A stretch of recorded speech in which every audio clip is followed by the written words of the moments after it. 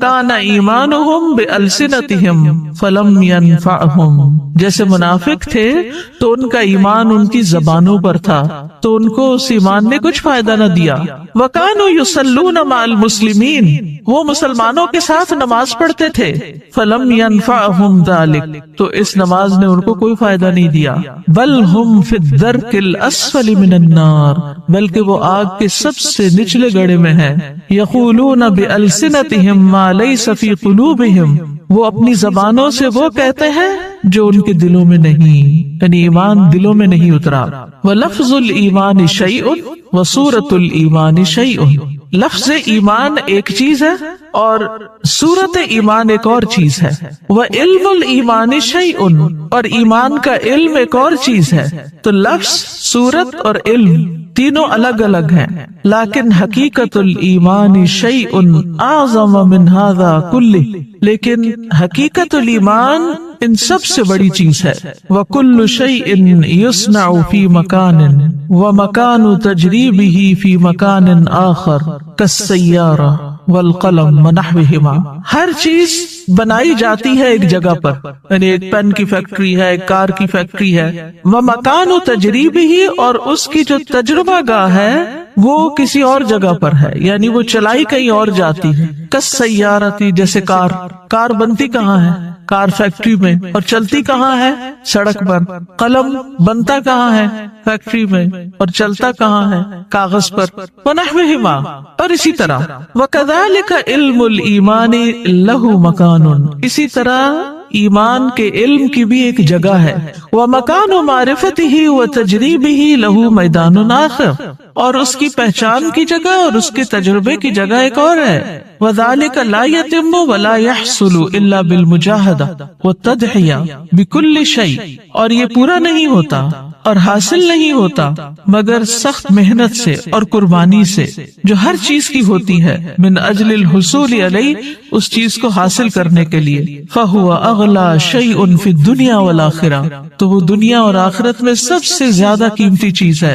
وَطَرِيقُ الْإِيمَانِ تَعِبَ فِيهِ آدم، ایمان کا جو راستہ ہے اس میں آدم علیہ السلام بھی تھکے تھے۔ کیا ہوا تھا ان کے ساتھ؟ جب ان کو امتحان میں ڈالا گیا، تجربہ گاہ میں ڈالا گیا، ٹیسٹ میں ڈالا گیا، تو شیطان نے ان کو ورغلا لیا۔ وَنَاحَ لِأَجَلِهِ نُوحٌ، اور مورن کیا یا غم کیا اسی کی وجہ سے نوح علیہ السلام نے۔ وَرُمِيَ فِي النَّارِ الْخَلِيلِ، اور آگ میں پھینکے گئے خلیل اللہ ابراہیم علیہ السلام۔ وَاسْتَجْعَ لِلذَّبْحِ اسماعیل، اور لیٹے ذبح ہونے کے لیے اسماعیل علیہ السلام۔ وَبِيعَ وَسُجِنَ یوسف، اور بیچے گئے اور قید کیے گئے یوسف علیہ السلام۔ وَنُشِرَ بِالْمِنشَارِ زکریا، اور آرے سے چیرے گئے زکریا علیہ السلام۔ وَذُبِحَ بِالسِّكِّينِ یحییٰ، اور چھری کے ساتھ ذبح کیے گئے یحییٰ علیہ السلام۔ وَقَاسَ الضُّرُّ ایوب، اور بیماری کو سفر کیا، قاسا کا معنی سفرڈ، الضر بیماری کو ایوب علیہ السلام نے۔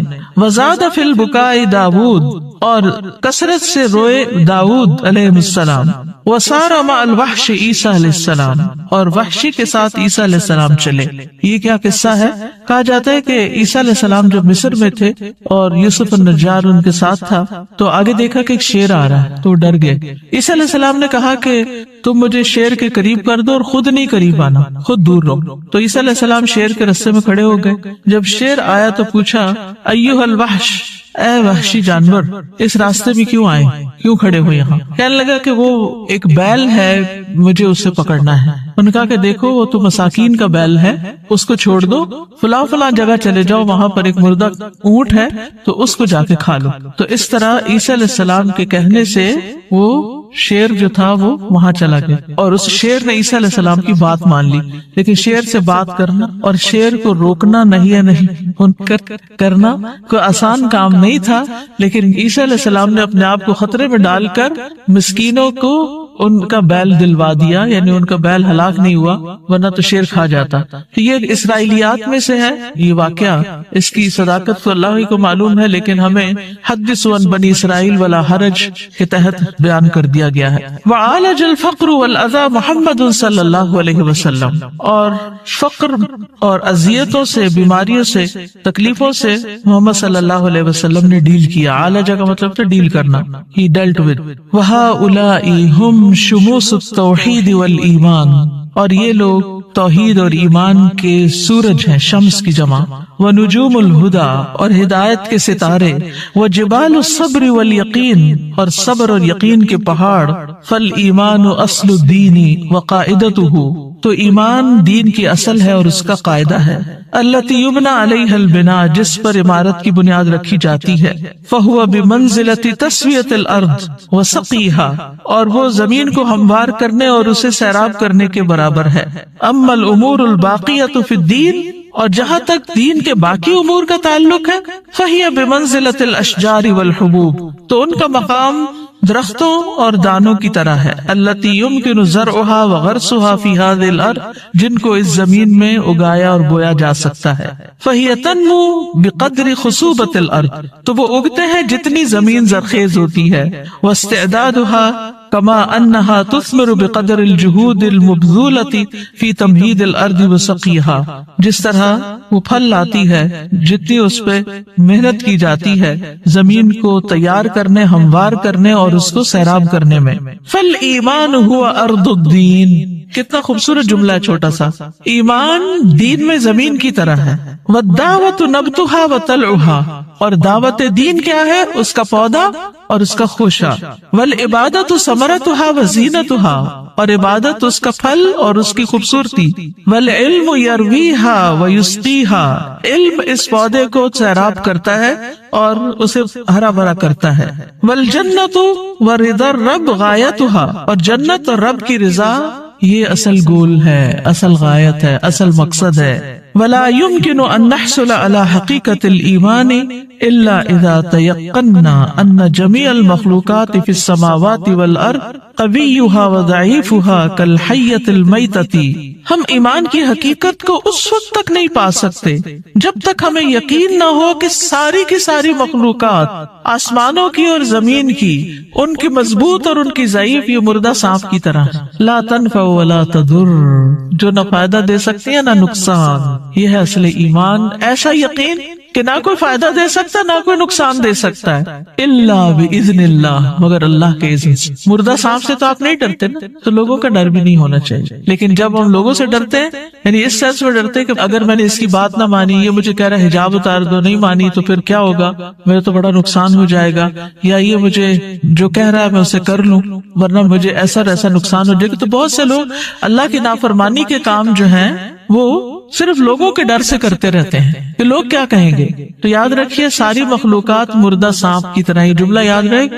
جب یہ یاد رہے گا نا تو پھر اللہ کا حکم ماننا مشکل نہیں رہے گا. ولا تعطی ولا تمنع الا بامر اللہ، نہ یہ دیتی ہیں نہ روکتی ہیں مگر اللہ کے حکم سے. وان کل شیء بید اللہ، اور یہ کہ ہر چیز اللہ کے ہاتھ میں ہے. وان ما سوى اللہ لیس بیدہ شیء، اور اللہ کے علاوہ جو بھی ہے اس کے ہاتھ میں کچھ نہیں. کما قال سبحانہ، جیسا کہ اللہ تعالیٰ کا فرمان ہے، الا لہ الخلق والامر تبارک اللہ رب العالمین، خبردار اللہ ہی کی ہے مخلوق اور حکم بھی اللہ ہی کا ہے، بہت بابرکت ہے اللہ جو رب ہے سارے جہانوں کا. میں یہ ضرور چاہوں گی کہ آپ اس کتاب کو پڑھیں. اگر آپ کہنے کہ اس کانوکیشن کی کوئی نصیحت ہمیں کر دیں تو میں یہی کہوں گی کہ فقہ القلوب کو شروع سے پڑھنا شروع کر دیں تو ساری نصیحتیں آپ کو مل جائیں گی. اور یہ دراصل ایمان کو مضبوط کرنے والی کتاب ہے. کیا ہے؟ اور اگر ایمان مضبوط ہو جائے تو کیا ہوتا ہے؟ عمل آسان ہو جاتا ہے، انسان مضبوط ہو جاتا ہے. اور اس میں آپ دیکھیے یہاں پر اگلی جو بات ہے بڑی دلچسپ. وہ کہتے ہیں کہ ایمان کی جو قوت ہے نا وہ دل میں ظاہر ہوتی ہے جیسے ایک بندوق کی گولی ہوتی. تو جب وہ اپنی اصل جگہ پر آ جاتی ہے تو پھر اس سے بہت کچھ ہوتا ہے، اور اگر وہ اپنی اصل جگہ پر نہیں تو کچھ بھی نہیں ہوتا، وہ کہیں بھی پڑی رہتی، ایک شیشے کی گولی ہے بس. تو ایمان جب تک دل میں نہیں آتا، زبان پہ رہتا ہے تو فائدہ نہیں دیتی. تو ایمان کو لانا ہے دل میں، اور دل میں آئے گا علم کے ساتھ، اور علم کے لیے ضروری ہے فقہ القلوب. ٹھیک ہے, جزاکم اللہ خیرن. آخری اعلانات سن لیجئے. بوائز کے لیے سمر کورس ہو رہا ہے, فلائر موجود ہے ریسپشن پہ. 7 مئی سے 18 رمضان تک ہے. تعلیم القرآن فار بوائز کا بھی اشتہار آ گیا ہے. نیکسٹ ایئر کا ایڈمیشن شروع ہے. تدبر القرآن کا نیکسٹ کورس جس میں 30 پارے کی ترتیل, تجوید, حفظ, ترجمہ, تفسیر, تدبر, گرامر یہ سب شامل ہے. تو آپ کے لیے ابھی موقع ہے کہ آپ ایڈمیشن لے سکیں. اسی طرح یہاں پر تعلیم القرآن ڈپلوما کورس نیکسٹ سیشن مئی کا 1 مئی سے شروع ہو رہا ہے. جو ابھی تک داخلہ نہیں لے پائے, سوچ ہی رہے ہیں, وہ آگے بڑھیں. اسلامی تربیتی کورس, جی ہاں, رمضان کے ساتھ دورہ قرآن کے ساتھ انشاءاللہ 14 مئی سے شروع ہو رہا ہے, 14 مئی سے 26 رمضان تک. اور اس میں دورہ قرآن بھی یہاں ہوگا اور اس کے ساتھ ساتھ اسلامی تربیتی کورس جو ہر سال ہوتا ہے وہ بھی ہوگا. اور پی سی میں بھی انشاءاللہ دورہ قرآن ہوگا, جس کے پیچھے پوری لسٹ ہے کہ کہاں کہاں پنڈی اور اسلام آباد میں دورہ قرآن ہو رہا ہے. تو یہ اشتہار اگر آپ کے پاس ہو تو آپ لوگوں کو دے کر دعوت دے سکتے ہیں کہ وہ ضرور شرکت کریں. سمر کورسز ہیں. ہمارے بچے کا پروگرام جہاں پر ہوتا ہے اس میں الفاظ اکیڈمی میں بھی دورہ قرآن ہو رہا ہے. اور سمر کورس 2018, جیسا کہ آپ کو معلوم ہے کہ 19 فروری کو امی جان دنیا سے رخصت ہو گئی. انا للہ و انا الیہ راجعون. اللہ تعالیٰ ان کی بخشش فرمائے. آپ میں سے بہت سی بچیاں جو آج یہاں موجود ہیں وہ ان کو کسی نہ کسی طرح جانتی ہیں. وہ تقریباً ہر تعلیم القرآن میں ایڈمیشن لے لیتی تھی. پھر ایک دفعہ تعلیم التجوید میں بھی لے لیا انہوں نے. پھر تدبر قرآن کو بھی اٹینڈ کرنا ایز اے لسنر شروع کر دیا. تو بہرحال وہ فوت ہوئی تو ان کی وفات کے موقع پر کچھ لوگوں نے اپنے تاثرات کا اظہار کیا اور پھر یہ خواہش ظاہر کی کہ نانی اماں کے اوپر ایک کتاب لکھی جائے. تو الحمدللہ کوثر فیض کو اللہ جزائے خیر دے, اس نے مختصر سے عرصے میں یہ کتاب لکھ لی اور الحمدللہ کتاب چھپ کر آ گئی ہے. تو جو گریجویٹس ہیں ان کے لیے یہ گفٹ ہے کتاب, جب آپ باہر نکلیں گے گریجویٹس. باقی جو اسٹوڈنٹس وغیرہ ہیں وہ اگر خود لے لیں تو بہت اچھا ہے. بہت انسپریشنل کتاب ہے. ان کی زندگی میں جو اعمال اور ان کے عادات اور انہوں نے جیسے ہم لوگوں کو پالا اس کی بہت سی کہانیاں ہیں. تو جن لوگوں کو کہانیاں پڑھنے وغیرہ کا شوق ہوتا ہے ان کے لیے ایک اچھی کتاب ہے. تو آپ اپنے لیے بھی اور دوسروں کے لیے بھی کتاب, اپنے لیے تو گفٹ ایک ہی لیں گے